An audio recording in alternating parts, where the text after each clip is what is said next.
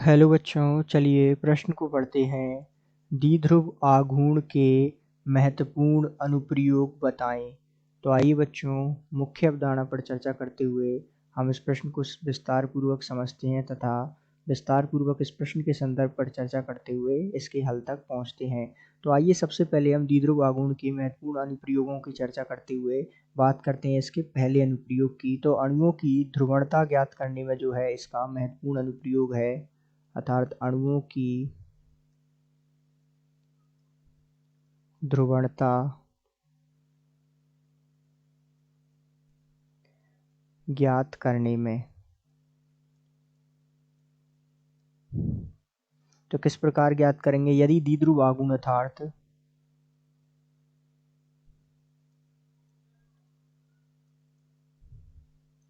जिसे हम म्यू से प्रदर्शित करते हैं, इसका मान यदि 0 है तो ये जो है अणु अध्रुवीय होगा, और म्यू का मान जो है 0 के बराबर नहीं है तो ये जो है अणु वो ध्रुवीय होगा। इसी प्रकार यदि हम इसके अन्य अनुप्रयोगों पर चर्चा करें तो सामान्य रूप से विद्युत ऋणात्मकता क्रम ज्ञात करने में।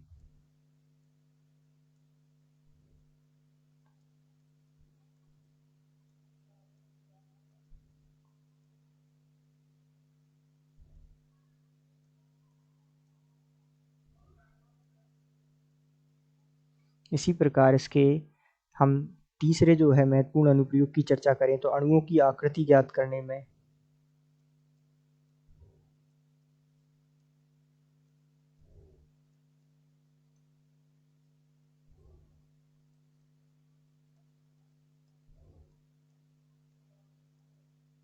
अर्थात किस प्रकार हम जो है इसकी सहायता से अणु की आकृति ज्ञात करते हैं। यदि म्यू का मान, द्विध्रुव आघूर्ण का मान 0 है, ये मान किसके किसके लिए 0 होता है? जैसे कि BeF2 के लिए होता है 0। इसी प्रकार ये मान जो है CO2 के लिए होता है 0, CH2 के लिए जो है 0 होता है। इसका मतलब जो है म्यू का मान 0 है तो इनकी जो आकृति होगी वो रेखीय होगी। तथा कुछ एक के रूप में हम जाने, जैसे कि जिनका म्यू का मान 0 से अधिक होता है। यदि हम उदाहरण लें तो H2O, इसी प्रकार H2S, तो इनकी आकृति कैसी होती है? इनकी आकृति होती है कोणीय।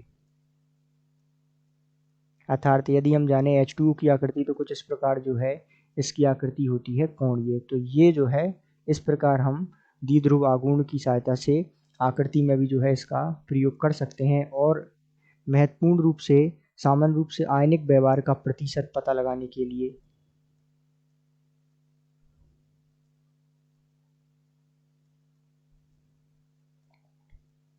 तो आयनिक व्यवहार का प्रतिशत ज्ञात करने के लिए हम इसका एक सूत्र प्रयोग लेते हैं। ये होता है म्यू प्रेक्षित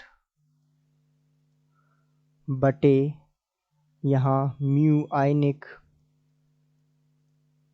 गुणा 100। इस सूत्र की सहायता से हम जो है आयनिक व्यवहार का प्रतिशत ज्ञात करते हैं। तो इस प्रकार जो है हम द्विध्रुव आघूर्ण के महत्वपूर्ण अनुप्रयोग समझ सकते हैं और उन पर विस्तार पूर्वक चर्चा कर सकते हैं। तो आशा करते हैं आपको समझ आया होगा। धन्यवाद।